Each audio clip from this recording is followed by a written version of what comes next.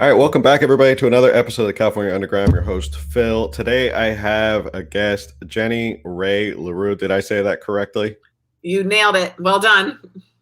Okay. I just wanted to make sure I said that correctly. You are a Republican candidate for governor here in California, and you are, just to clarify, everybody watching or listening, you are on the ballot for the recall because there's this whole controversy about who was and who was not on the ballot for the recall this last week. Absolutely. I got my paperwork complete and in on time. How about that? So yes, I did. I did complete all the requirements, and I will be on the ballot on the mail-in ballot that comes out on August 16th and on the official ballot on September 14th in office. Excellent. So just to get things started, why don't you tell us a little bit about yourself, where you're from, what inspired you to hop into the race, anything like that, just to get an introduction.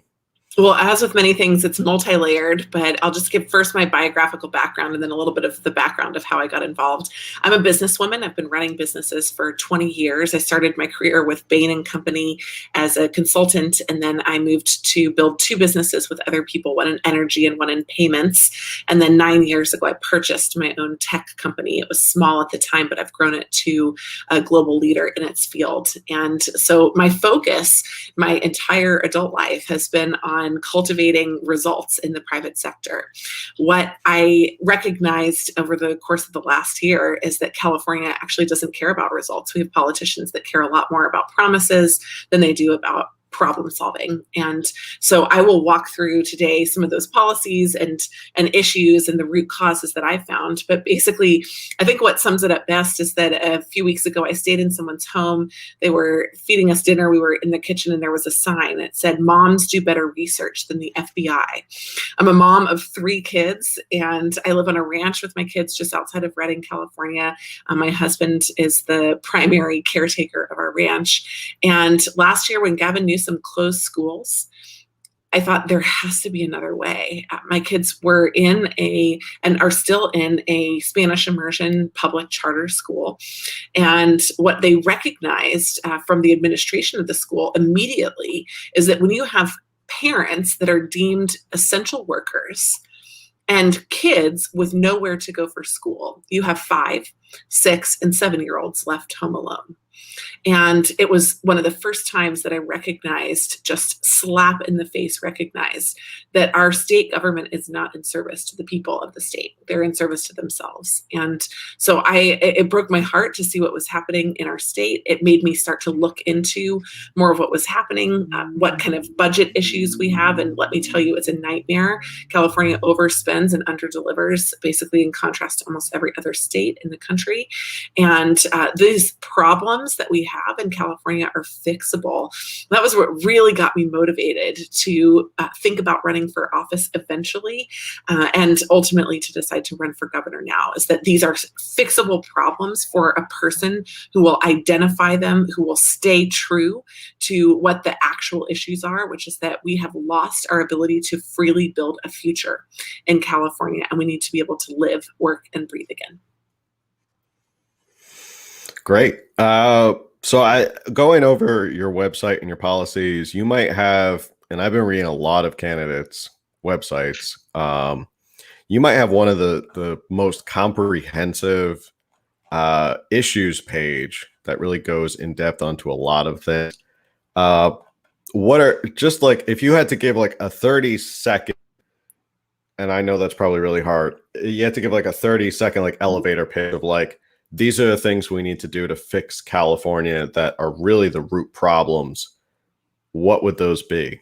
Yeah, absolutely. I've done the data and the research on this, so I can answer it in 30 seconds. And it goes back to the same things: live, work, and breathe. For live, we need enough housing so that our housing remains affordable. We need a public safety system that is supported and rational, common sense. And we need an educational system that serves the workforce of the future, engineering, not social engineering.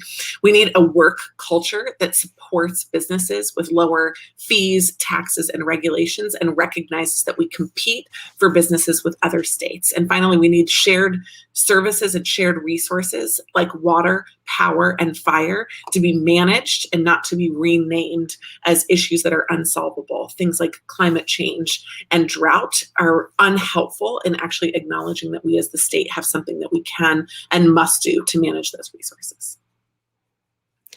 So you touch upon water, and I think that's always an interesting topic for California, is that a lot of people just kind of go, well, we need more water. How do we get more water? I'm down here in San Diego, and we have one desalination plant. And I remember reading an article that our desalination plant was doing so well. It was producing so much water, and this was back during Governor Jerry Brown, that they actually told them to start dumping it back into the ocean because they're like, we don't need that much water, because the government had only contracted for a certain amount of water from the desalination plant, and they're like, we can't go over whatever that is. Now we're facing like record droughts. The reservoirs are depleting by the day. If you want to elaborate on sort of some stuff that people don't really think about when it comes to water, solutions that may be like right in front of us, and we're not really, especially Newsom and his administration, they're not doing anything to take care of water. Oh, I think that's unfair. They're taking pictures at empty lakes. So I would count them as doing something. Okay. It's nothing productive, nothing helpful, and it doesning help any one of the water users, but they are doing something. There you go. Okay. No, we really have to be fair about contrasting what he's doing, which is nothing, and with what we actually need with water in our state. And here's what we need. We need a water plan that extends beyond 1 year. Right now, we manage our water in a 1-year basis, and anyone who's ever been in management of any organization would tell you cannot manage organizations on a 1-year cycle or you run them into the ground. You have to have a long-term focus of the organization. And so we need a 5-year water plan. And I'll give you an example. 2 years ago, Phil, our water, which may be the year that you're talking about, that the water was getting dumped back into the ocean, we had a wet year. We had more than enough water coming off of our snowpack and into our reservoirs. We actually had to dump water that year. That's reasonable. That happens, but we ended up with full reservoirs at the end of that year. Those water systems are meant to deliver water for around 5 years to our state. And so you and I can do math. So, in 2 years, we should be at no less than around 65%, because there's some incremental gain every year, right? 20% in the first year, we gain a little bit back, 20% in the second year. Many of our reservoirs are at 18%. 32% right now. And so where is the water going? Well, a lot of people think it's going to almonds. Here's another one of the crazy narratives that Newsom does not spend time dispelling.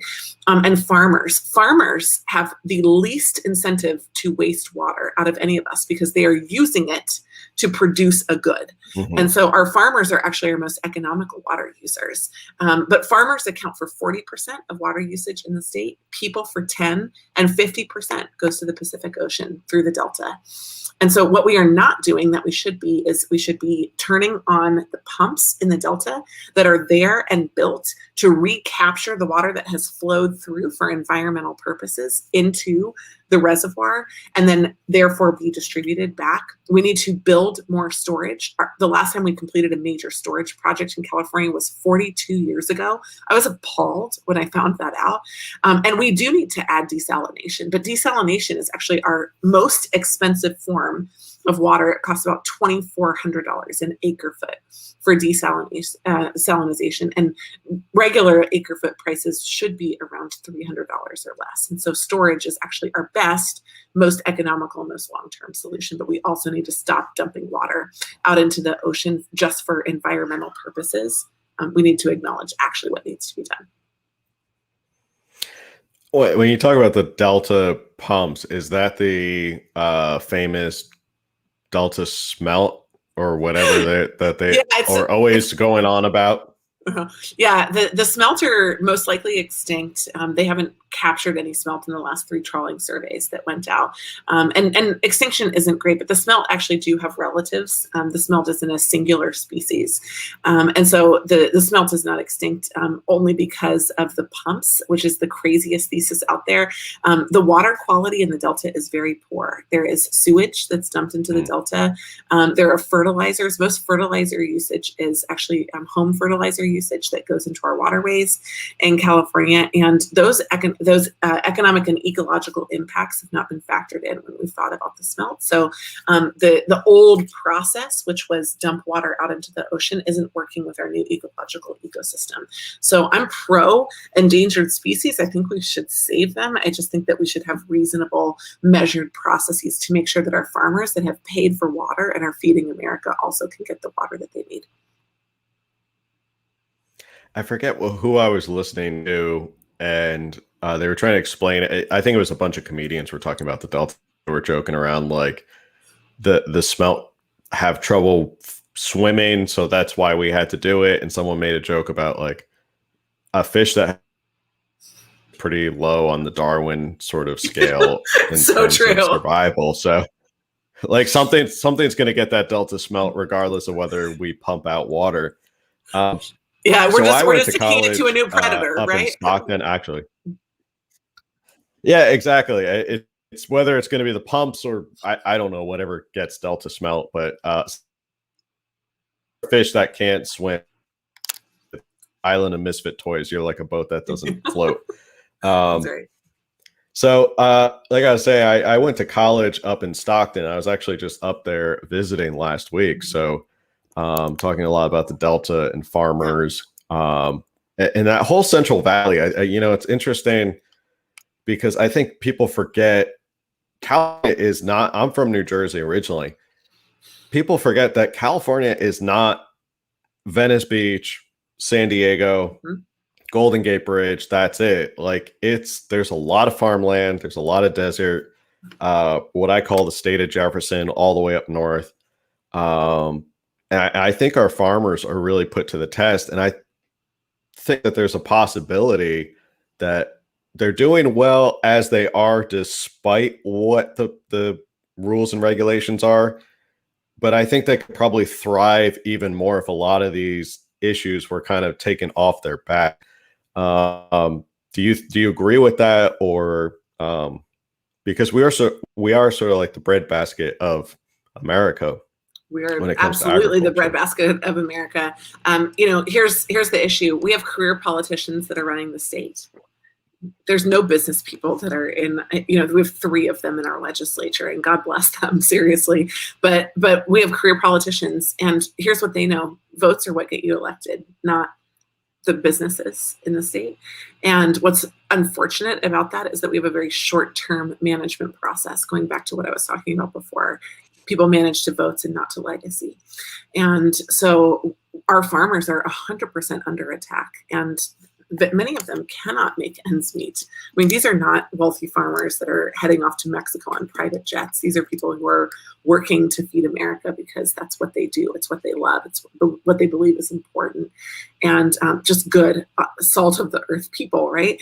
And so, but they don't represent a large block of votes in our state, and so yeah, they represent about 9% of our GDP. It's actually a very substantial portion of our revenue in the state, but under 1% of the vote. And that we see that reflected in the way that they're mistreated in our state. That needs to change.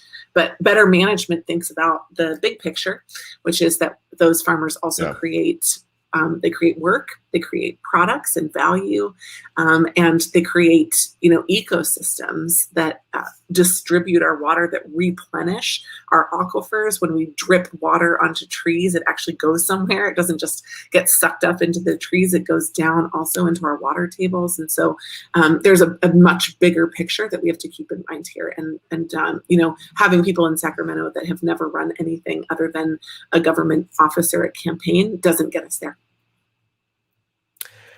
Is there any other group of voters that, I mean, for 1% of the voters to produce 9% of the GDP is a big deal. Yep. Is there any other industry or any sort of group that has that such a big return on investment as a voter? Well, we do in our, we have a small number of manufacturers in the state. I don't have those exact numbers, but it's a good question. I should look at that. And we do have, the same with our services industry, but we have a very, very large services industry in the state. So it's not quite that stark. It's probably more balanced in terms of the size. But the biggest advantage for any state, any country, is diversity in the economy. Having a single form of something that you're overly dependent on creates boom and bust cycles. And having diversity means that when ag is having a rough year, services are compensating for it. And when services are having a rough year, manufacturing is compensating for it. And kind of around and around it goes. So what we need more than any of those adequate representations singularly is that we need to honor all of them. So you just finished a event with several other candidates. I don't know exactly who the other. It was Doug Ossie, it was Anthony Trimino, Sarah Stevens. I might be missing another person. There was somebody sitting next to you. I was watching a little bit of it while I was finishing dinner. Who was the guy next to you? Oh, one of the rules in politics is you never say any of the other candidates' names, but I'll tell you just because you're being nice. Sam Gallucci was next to me. Oh, okay. Then I forgive it. How did it go? What were your thoughts and the candidate forum?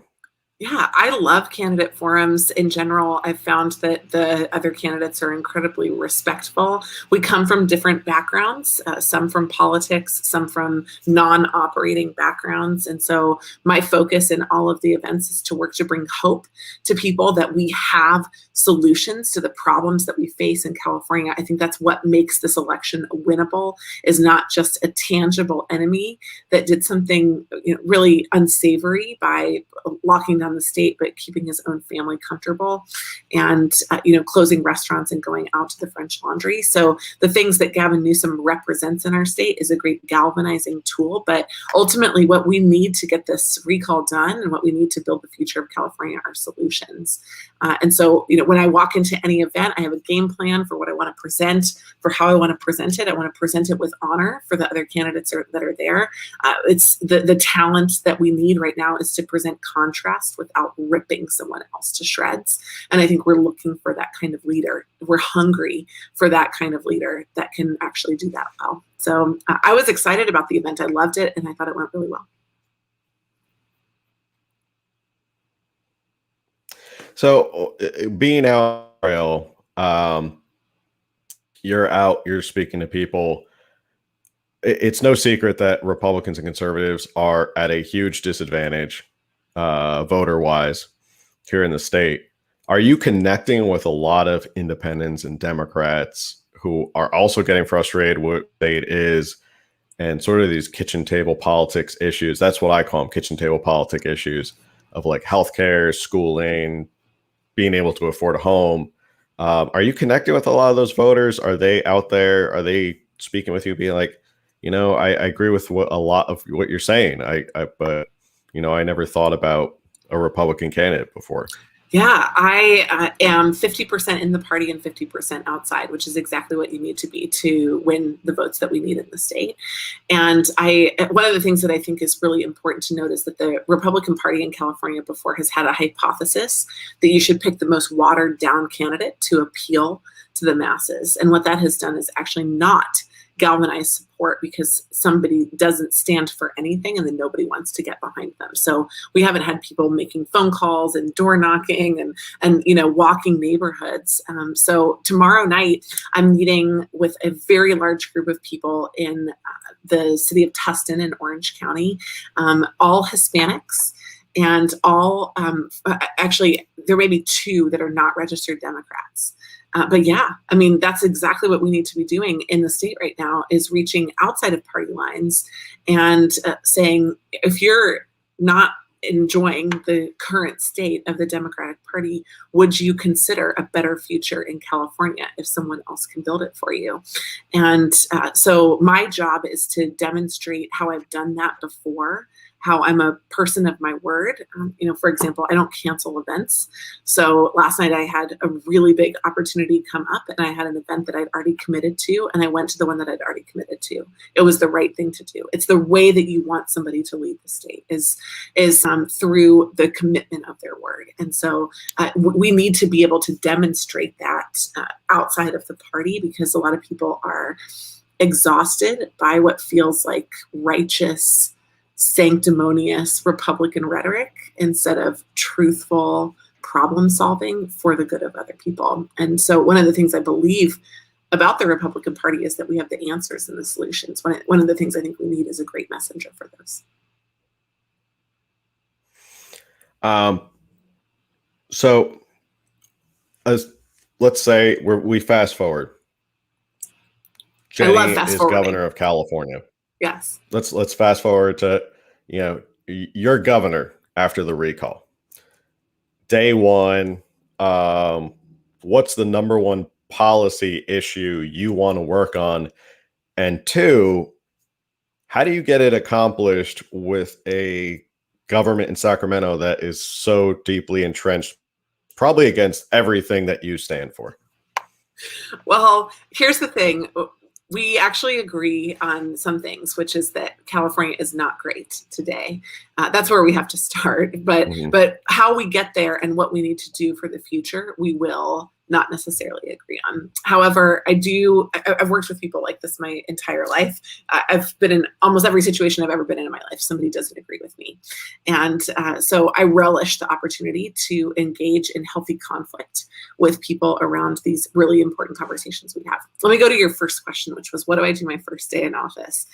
There are a few executive orders that Gavin Newsom signed that need to be undone. That's one of the purposes of executive orders, is to undo your predecessor's executive orders. One of them is the statewide state of emergency. If we do not have hospitals that are full, over full, and without capacity to take new people into their ICUs, we do not have a state of emergency in the state of California. So I would revoke that the license to hold that state of emergency.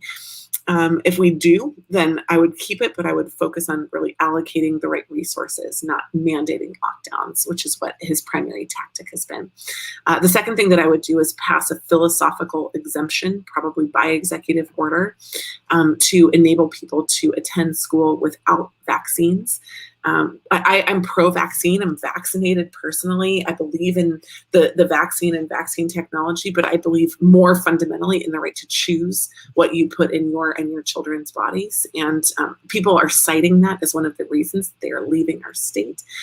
We need people in California. We need them to feel valued and welcomed here with the diverse perspectives that they carry. And so having a philosophical exemption for vaccines gives us the ability to do that. The third thing that we need to do is pass liability limitations for businesses, schools, and churches related to COVID. What that means is that you and I are responsible for getting COVID if we go out to a bar and we, meet with somebody in a closed area, and we know exactly now how we get COVID. We do it in a closed area by breathing upon one another or coughing on one another. That responsibility should not be policing businesses or churches or other places to now manage us, now that we understand how the pandemic spreads. And so limiting liability just means that I can't go to a bar with you, have a drink, go get COVID, and then sue the bar. That just enables us to keep responsibility where responsibility belongs. And then the final and fourth thing that I would begin to look at is our business culture in California, although I wouldn't get that done on my first day. When somebody says day one in office, what they're really saying is, what executive orders do you do on day one in office? But our business culture, our value for businesses is broken. So I would put out my first business celebration post on my first day in office, which the entire time that I am in office, I will be putting out posts celebrating businesses in the state of California, telling people what businesses are founding here, building here, growing here. That's part of the governor's job, is to be the messenger for hope for the state. And so my first day in office, I would issue my first one of those. So I guess you said you worked with some difficult people. Yeah. And you know how to get through to them. I mean, it's. I didn't I say mean, that, but I will. I'll clarify if you'd like for me to. I said I've learned to work yeah, with I was just them. gonna. Yeah. You've learned to work with people. I mean, it's definitely not going to be a surprise that if a Republican governor gets into office, if you get into office, uh, Democrats are basically probably just going to shut you out on a lot of things to make you look like a failure. So that when 2022 comes, they can say, hey, look at this Republican governor who didn't do anything. So time to put that Democrat back in. Uh, what's a game plan for that? And Yeah. I press all candidates on this because this is definitely a huge question. It's going to be a minefield for any Republican candidate if they get into the governor's mansion. Yeah. Well, point number one, getting something done with the legislature is not and should not be the primary goal of the governor. Doing the right things should be the primary goal. And so some governors measure themselves by activity instead of by progress. And that will not be the measurement of my administration. So the first thing that you need to recognize is that I believe that I believe in our democratic process. I believe in the checks and balances, and I will not sign laws that I do not believe I can put my name on and go home at night and look at my kids in the eye and say I put my name on that law. I won't do it for political expediency, and I won't trade my name for that reason. So then the real question becomes not how do you not get things done, which is by vetoing, but it's really by using the 5 tools of the governor. So I want to walk through those just super quickly. The first one is the message that you carry. And so I've mentioned the message so far, but doing town halls and podcasts like this one, where there's open comment on them, is one of the ways that you have to open yourself up to actual access from the public. Doing surveys on those conversations and enabling people to not just have a singular vote in a singular election, but allowing them to participate in the democratic process more fully will help us inform and demonstrate to the legislators that the people have spoken beyond just in an election. So the message is really important. And Ronald Reagan actually did this really well. He just went around the legislature and he told the people, look at what your legislature is doing. So in the same way that they'll say, look at what your governor's not doing, I'll say, look at what your legislature is doing. Do you like this? Is this what you're looking for? And we'll have some combat on the airwaves, and that's okay.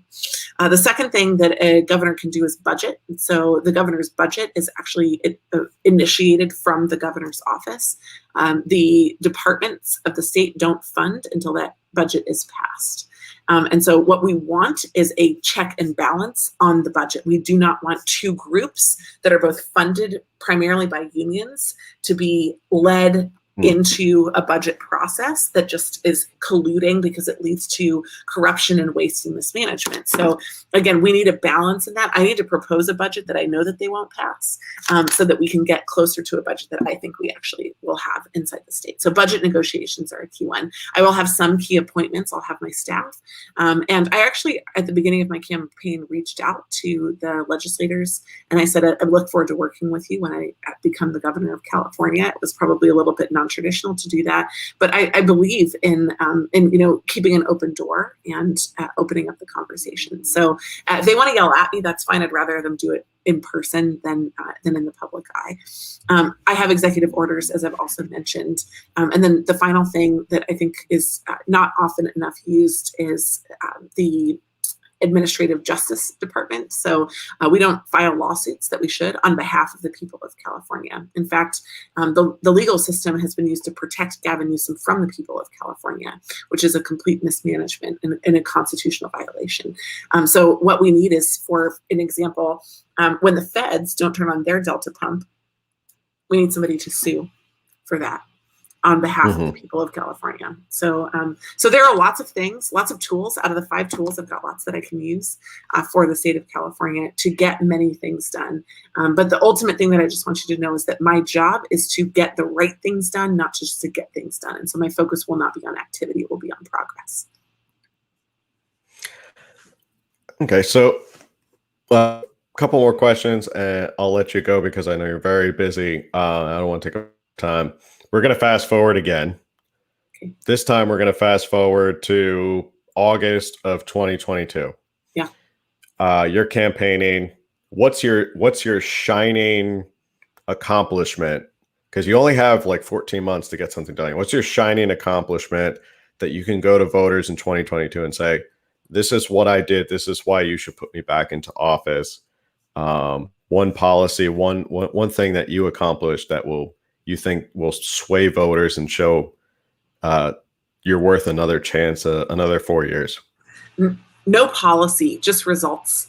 I'll be able to show that people are moving into and building businesses in the state of California again. That's the only thing that matters, because without that, we are completely robbing our state of the core value generators that are here.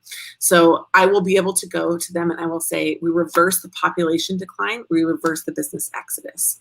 And the how of how we did that, voters may or may not care about. Voters care about a few things, really only, and it's how is their life? If their life is better and people are moving back into the state, then that's really all that voters need to know. And so that's my job. My job is to serve the people of California, to create the state that we want to live in and build the future in. And we'll see it by the numbers, whether people are coming back or not. Final question. You're a mother. And I've been saying that this whole time that really I feel like the grassroots revolution has been started and really accomplished by what I like to call BAMs, which is badass moms, up and down the state. Would you agree with that? That you think it's moms are really kind of taking to the front lines of this revolution in terms of protecting your children in school, from masks, from COVID, from all this stuff. Do you feel like that galvanized a lot of moms to get into politics and start changing things? Massively. Women are winning in California and across the country because there is this momentum around recognizing that we need clear heads and pure hearts in government. And our focus for the women is to just, like, you mess with my kids and you mess with me, right? So overall, what we're seeing in the state of California isn't just women getting involved, it's women getting involved for the first time. Women that never voted getting involved in walking neighborhoods, women who never ran for office, stepping up and running campaigns. And so you're exactly right. That is a sleeping giant in the state of California that has been woken up because, you mess with me, which the state of California, I'm a business owner. They've messed with me every single year since I've lived here. And I just consider it a part of the price of doing business in California. But you mess with my kids and you better just, you better sit down. I've said a few times, Gavin Newsom better get out of my office, because when he messes with my kids, it's game over. Yeah, I think that was personally, I was talking to somebody else who is also another BAM. And I think we both agreed that strategically, I don't think Newsom thought this through when they moved the recall up, because now you're looking at, it's going to fall right around, the mail-in ballots are going to go out. School's going to come back. Kids are going to have to go back to school. Yeah, or they're not going to go back to school, or they're going to have to go back to school limited or in mass or something, and it's hot and it's, their kids are not happy. Like, I think he might have screwed up by trying to speed it up, and that may just be his downfall. But that's just a hypothesis I have. I think that Newsom has demonstrated that his primary focus is himself, and the people of California have seen that. I think that our job now is to demonstrate that both he is absolutely not interested in the future of our state. We need to get him out of office because we believe that it's hopeless to leave him in. And then we need to have a hope for a better future. And for some people, that quite frankly will look different. There will be some people who believe that there's one candidate that can give them that, and other people that will believe that there's another candidate that can give them that. The recall is a unique opportunity to say, bring your friends who are hardcore Democrats. I mean, one of my funders is a progressive Democrat. And they said, even I hate Gavin Newsom. And, you know, that's the kind of material support that changes the future. So it's the BAMs that are out there, you know, kicking butt, taking names, organizing, Facebook grouping, squatting, right, getting stuff done. But it's also the people of California from all parties that say we might not agree on everything, but we do agree on this one thing. And Gavin Newsom needs to get out of office. The sooner the better, right? Good riddance, as far as I'm concerned. He moved his own election up. That just gives us fewer time with him in office, and I think that's good for all of us. That's a good point. What do you think? Final question. What do you think is his greatest sin that Gavin Newsom's committed since he's been governor? Oh, I know it's hard to so narrow it down tempting. to like one thing, but what do you think is the greatest sin he did that makes him not a great governor? Newsom exempted himself from his own rules. And the reason it's hard to pick one instance is that there were a few instances where he demonstrated that. But the issues that face Californians, he does not relate to because he has gone above and outside the system. And you've seen just with the rigging of the system in the election, you've seen him serve himself over the last year instead of the people of California. I would consider his greatest violation of the Constitution the extension of the state of emergency based on false grounds, based on the grounds that we had a pandemic, which he defined as the existence of COVID cases in our state. And that was an unreasonable definition for what constitutes a state of emergency.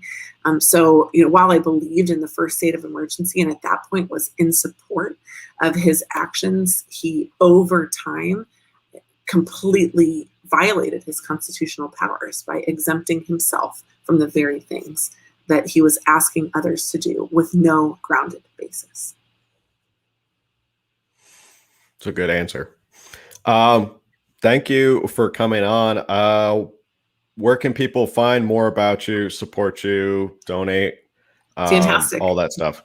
Yeah, so you can find out more about me, JennyRaeCA.com. I'm also on all the channels. I'm on Twitch, on YouTube, on Twitter, on Instagram, even on TikTok, although there is no dancing on my channel. I'm sorry to let everybody know. But there are great stories and great information from around the state of California. We are seeing and meeting people that are fired up about this election, and that's really exciting for everyone to get to be a part of.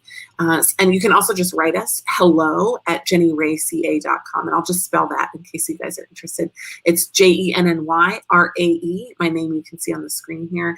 But if you're just listening, JennyRaeCA.com. Thanks again Great. for having me on. Oh, thank you so much. I'm sure we could have talked way longer and nerded out about a bunch of other things, but I don't want to take up too much of your time. I know you're very busy. So thank you again for coming on, Jenny. Best of luck out on the campaign trail. Thank you. Let's have a conversation in my first 60 days in office when we're talking about, pulling back the hood of what's going on in California and really deeply, what's wrong and what we can do to fix it. The main thing I just want people to leave with tonight is there's hope for the future. What we are living under is not a necessary evil in California, and we can do better. That's what we need to remember as a state and as our voters. Excellent. Well, I'll hold you to it. I'll even fly to Sacramento to do the podcast in your office. You better. Look forward to it. All right. Thanks a lot, Jenny. Thank you. Take care.